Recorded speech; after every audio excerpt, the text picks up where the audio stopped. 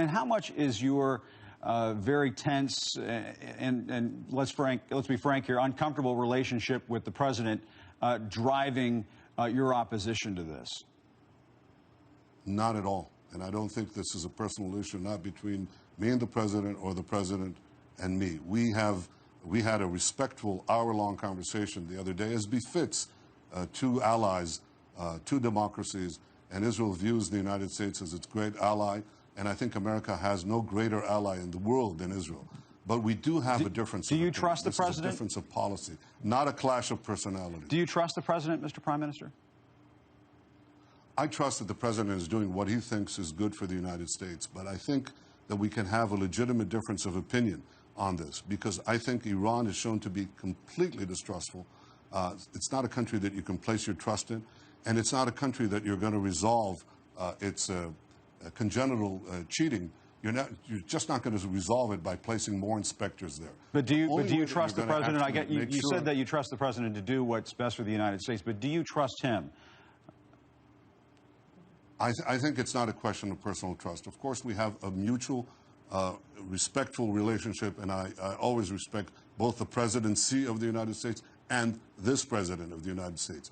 But as the prime minister of the one and only Jewish state, when I see a country, a terrorist regime committed to our destruction, and not only to our destruction, having the path, a clear path to the bomb, it's my obligation to speak out, as I'm doing now, as I'll do in any forum.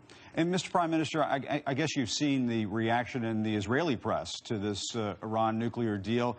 And I want to put a quote up on screen from Haaretz, from a columnist in Haaretz. He wrote that this is not a bad deal. He said Israel will have a hard time fighting this agreement or portraying it as bad. If Iran upholds the terms, its nuclear threat will be severely mitigated. Isn't it true, Mr. Prime Minister, that you may represent all Israelis, but you don't speak for all Israelis when it comes to this deal? Well, I was just reelected by a fairly substantial margin, and the people of Israel knew what my position is on Iran. Let me tell you this. The argument, there was no argument in the elections about Iran. In fact, people said we share the Prime Minister's views on Iran. A major figure in the opposition today published in his blog a complete support of my position on Iran. So it's not a partisan issue in Israel. I think that the overwhelming majority of Israelis understand that Iran seeks our destruction.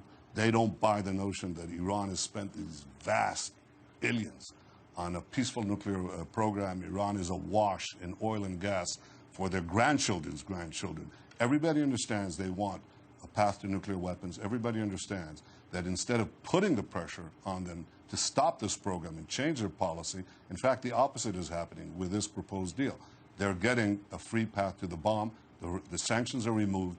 They're continuing their aggression as we speak. And a few days ago, a senior Iranian general said the destruction of Israel is non-negotiable. Well, I guarantee you, you may have a dissenting voice here and there in Israel.